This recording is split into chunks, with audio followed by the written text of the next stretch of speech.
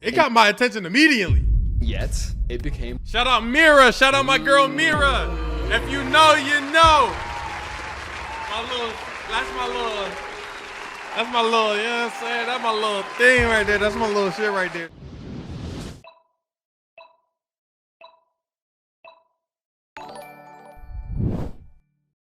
Welcome back to the Stanley channel. Today is gonna be me. It's gonna be no chat, and we're gonna react to a video from the one, the only, the homie, Miguel Munuera. How Sony completely outsmarted Pixar. Let's get into it. We all know Pixar was once the gold standard in animation, but now their latest original... Oh my gosh, Ratatouille. Oh my gosh, they started strong.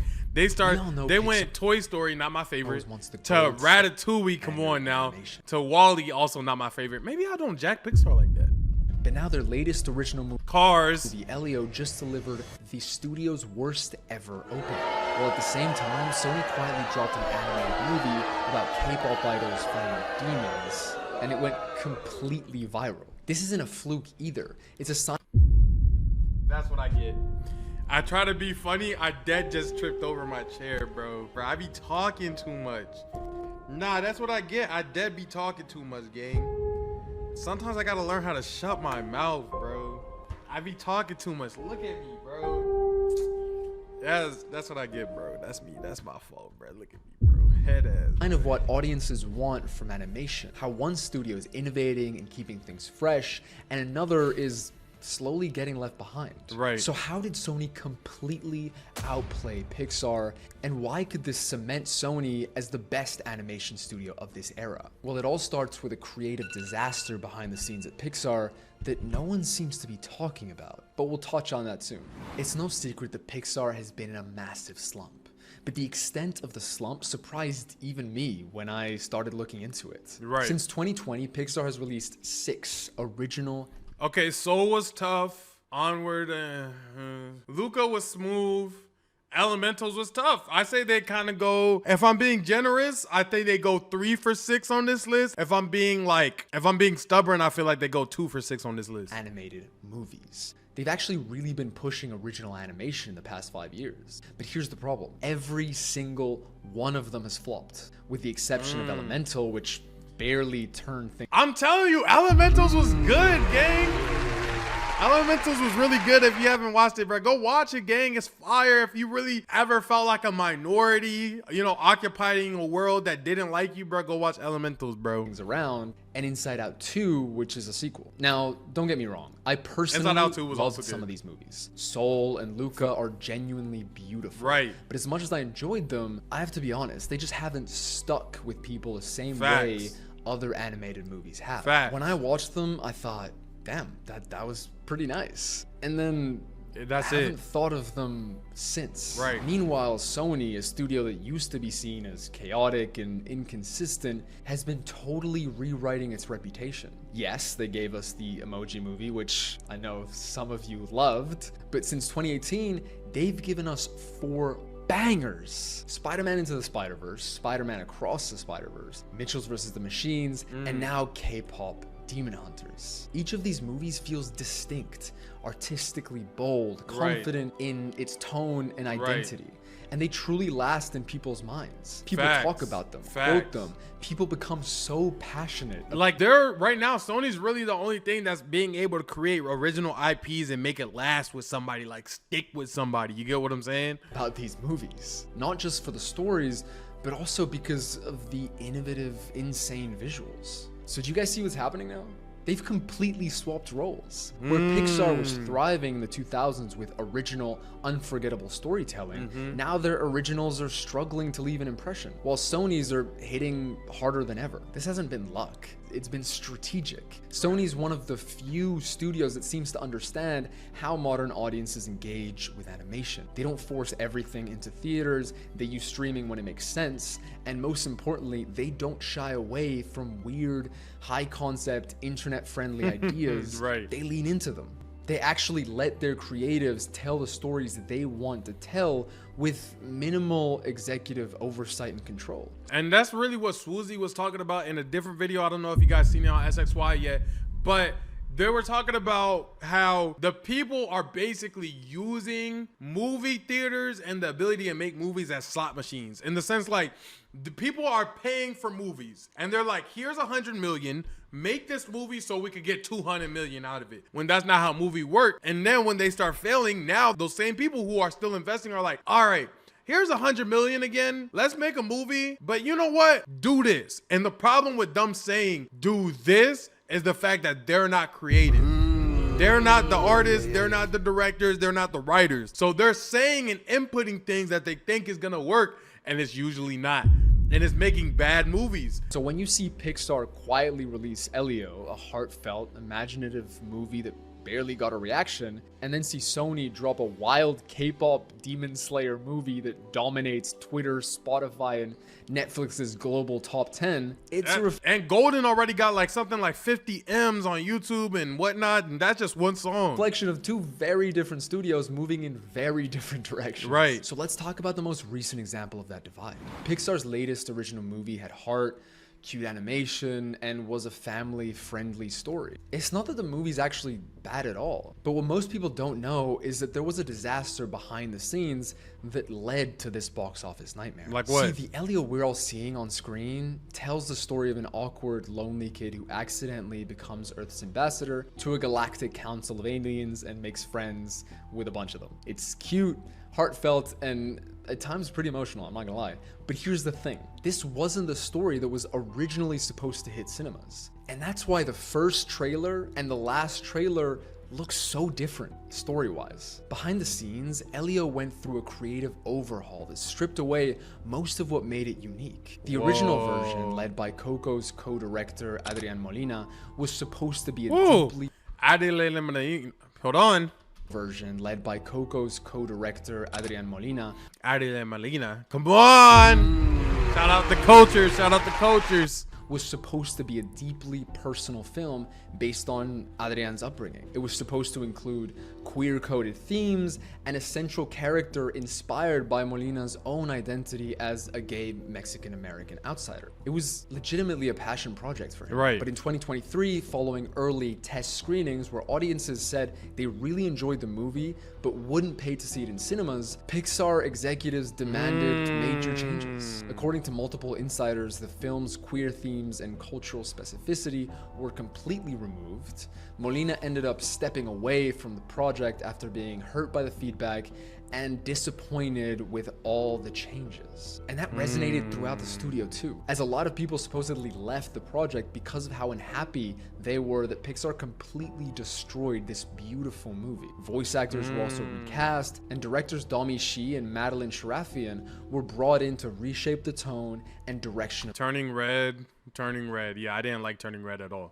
the movie. What had started as a bold, intimate story became something much safer and way more familiar. Elio's original Gotta story take them risks. apparently had so much more personality, heart, and beauty, but Pixar didn't want that version. They refused to let the director tell his story. And the thing is, this isn't the first time Pixar has had an issue with queer representation in their movies. In 2022, Pixar employees wrote a letter claiming Disney reportedly cut nearly every moment of overtly gay affection from their films. So Pixar execs have taken matters into their own hands and started removing these themes themselves before Disney gets the chance to. And that says a lot about where Pixar is right now. This is a studio that once built its name on taking risks. We got a post-apocalyptic romance between two robots with barely any dialogue, a rat that becomes a chef, an abstract journey through a child's emotions. Right. These are kind of risky. But they draw the line at wanting to kiss each other.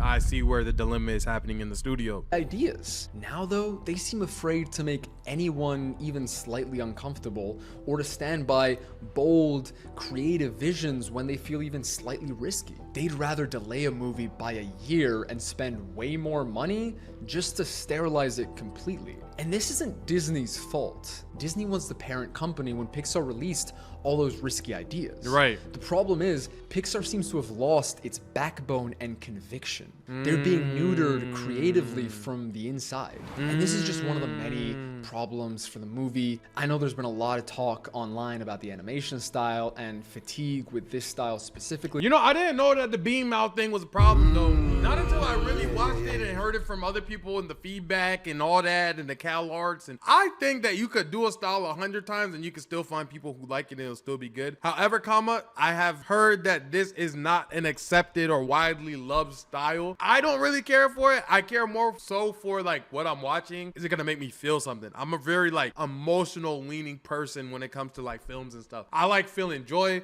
I like feeling sadness. I like feeling empathy. I like feeling ecstatic. You know what I'm saying? So the style didn't really bug me, but I know this was also a big part of why people were saying they didn't enjoy the movie or why they didn't like the movie. But to be honest, it looked enticing to me.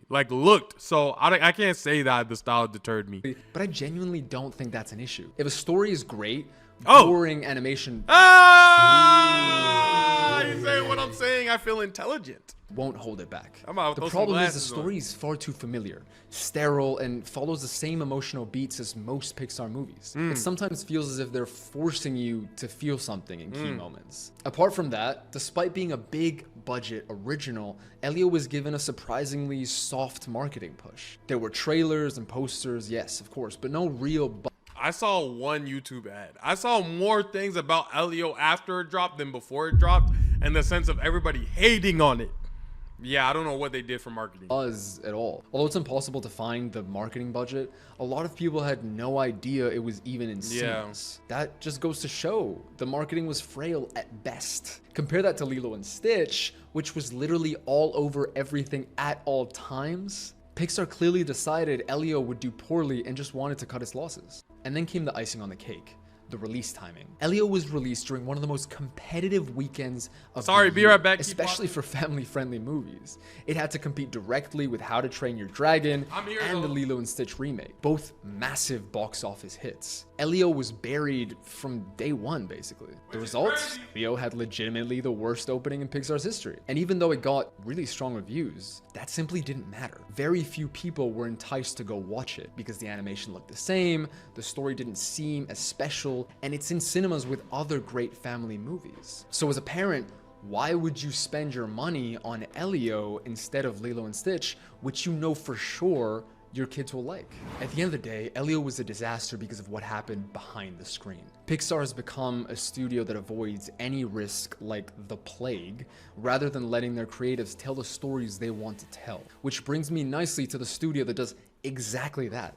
Sony Animation. See, Sony released a movie that, unlike Elio, I was gonna say that Lilo and Stitch didn't do too hot either, in my opinion. Like, maybe it did hot in the theater, but it didn't do too hot in terms of what I wanted to go watch or see. taken social media by storm. K-pop Demon Hunters is the kind of movie that, on paper, should have been a mess. A group of K-pop idols who moonlight as demon slayers? You cannot tell me that doesn't sound like a weird-ass concept. It got my attention immediately. Yet, it became... Shout out Mira. Shout out my girl Mira. If you know, you know. That's my little, you know what I'm saying? That's my little thing right there. That's my little shit right there. Shout out Mira, one of the bruh. most successful animated releases of the year. Not in spite of its nicheness, but because of it. And even though it was originally meant to be in theaters, Sony premiered it directly on Netflix, which is definitely a crime, but it worked because within 48 hours, it was #1 on Netflix's global top 10, and by the end of the week, it had reached the top spot in 33 countries, and it was the top 10 in every other country. It's gotten more than 60 million views in 3 weeks, which puts it on track to have one of the best first-month viewership of any Netflix original movie ever. They're mind-blowing numbers, but I just know they're gonna ruin this with the second season or second movie, by the way, though. I know they're gonna make a part 2 movie, and I know they're gonna ruin it, gang. I know honestly, the real explosion happened with the music. Like any great animated musical, K-pop Demon Hunters did not treat music as an afterthought. It was the core of the experience. Sony partnered with real K-pop heavyweights, including Teddy Park and Grammy-nominated producers who've worked with BTS, Blackpink, and Twice to create 2 fictional idol groups, Huntrix and their rivals, the Sasha Boys. The team really poured everything into making these songs genuinely catchy, fun, story-driven, and lyrically creative. And it paid off. Since the movie's release, the soundtrack has skyrocketed. Hendrix's lead single, Golden, is currently sitting at number 1 on Like, the US actually Spotify number 1. Such a good song. I'd chart. play it if it wasn't copyright. And number 2 globally, beating Blackpink's all-time record. Meanwhile, the Saja Boys' Your Idol hit number 2, beating BTS to become the highest charting male K-pop group in US Spotify history. And I'm also personally obsessed with Your Idol, so, you know, not surprising. The full soundtrack has risen to number 3 on the Billboard 200, making it the highest charting soundtrack of 2025. And the highest charting animated soundtrack since Encanto in 2022. And that doesn't even mention the online craze for these songs. From Encanto was a good watch, I admit that. TikTok to YouTube to Instagram, everybody's listening, reacting, and talking about the soundtrack. This was legitimately a strategic masterstroke. But it wasn't just the music. K-pop Demon Hunters had a clear visual identity from the start. Directors Maggie Kan and Chris Applehands described the film as a love letter to Korean pop culture, pulling influence from anime, concert photography, idol choreography, and Korean folklore. And the result is something that feels colorful, dynamic, expressive, and super unique. It doesn't just look like another Sony animated movie. It has its own flair and personality. I really loved the style. Same. The action's fluid, the colors are gorgeous, and the character animation, especially the girls' expressions, is so fun. All of that is exactly why it worked. The movie's specificity is its superpower. It doesn't try to appeal to everyone. It just commits fully to its tone and its audience. It's loud, unapologetic, and it embraces its weirdness without ever losing the emotional core. Because of that, K-pop Demon Hunters now holds the highest combined Rotten Tomatoes score of any animated movie released this year. Critics have praised how it tackles themes like identity, celebrity, and friendship without ever feeling preachy or sanitized. It's genuinely a beautiful story, although too fast-paced at times. For sure. That was my only critique too. No bad. I also agree. No bad, but great movie. That the movie may have been around 3 acting issues would make, and that Netflix wanted Sony to cut it way down. If that were true, the pacing issues would make sense, but I haven't been able to find an official source confirming that, so who knows. Also, spoilers. I could not believe Jinwoo died. That was such a ballsy move. I mean, I love that the movie had twists and turns. I wasn't expecting that. I'm still thinking he got teleported on some shit. I don't know how they're gonna do the next season. Really expected. It's not a cookie cutter basic movie at all. In my opinion, this is literally the best animated musical we've gotten in ages. For Probably sure. The best since Coco, Moana, or Frozen, and honestly, probably none since of those Moana movies have had me dancing and singing the No, Moana did. I ain't gonna lie. songs like this one has. I'm seriously hoping this pushes Sony to make more animated musicals because it's one of my favorite subgenres. And honestly, the decision to release it on Netflix might have been kind of genius. By choosing Netflix, they gave the movie space to breathe and let it find its people organically while also keeping costs lower. The result was insane viral traffic. Nah, Sony definitely put on a masterclass of what you're supposed to do. I don't even necessarily know what the masterclass is, but whatever studio is looking at it, copy what Sony was doing. Action, massive streaming numbers, and a wave of so many fan art, memes, cosplay, and TikTok edits that put the movie everywhere. I still think it could have done well in theaters, but maybe not this well.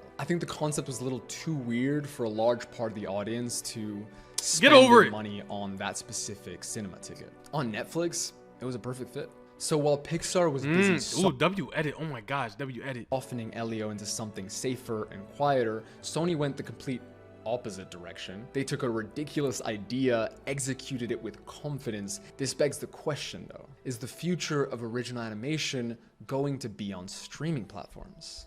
Honestly, maybe. Theatrical animation isn't going anywhere. I'm not saying that. Inside Out 2 just proved that. But what K-pop Demon Hunters shows is that streaming might be the new home for bold, original ideas. Not everything has to be a monumental theatrical release. That is a good question. Because if you're too worried about your movie, you would just drop it on streaming, give it an algorithm, have people find it at a low buy-in, and all you have to make believe you is the studio. But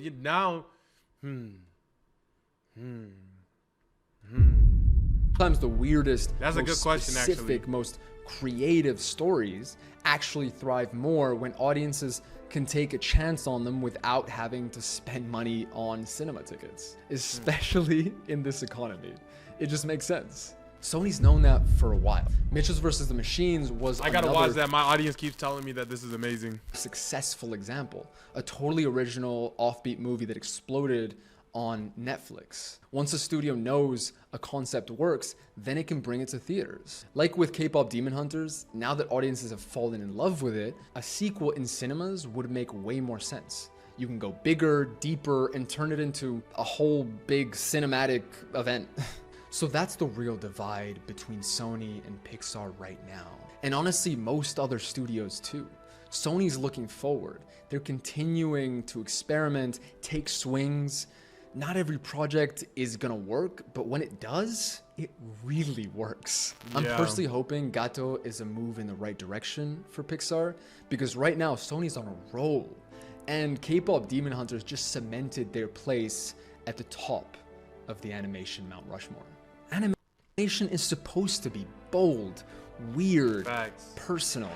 Pixar used to know that, but it seems like along the way they've completely lost their way, while Sony has seemingly found it. And that's the difference. Dang, W Video, he sound passionate about this, John. Oh my gosh. Not real though. You can't stop taking risks. Even as a content creator, it'll shadow in your own career where you kind of have to start taking steps. You have to be bold. You can't always do the same thing that works, because that's the best way to guarantee your own death in this game. And I feel like it's the same thing just across creativity in general. Yes, you can both maintain what works for you, but also be able to grow. Being able to grow and add new parts to that is what helps you remain as great of a content creator as you once have always been in the past and can continue to be in the future. If you guys enjoyed the video, make sure you comment twice. I'll see you in the next one. Peace.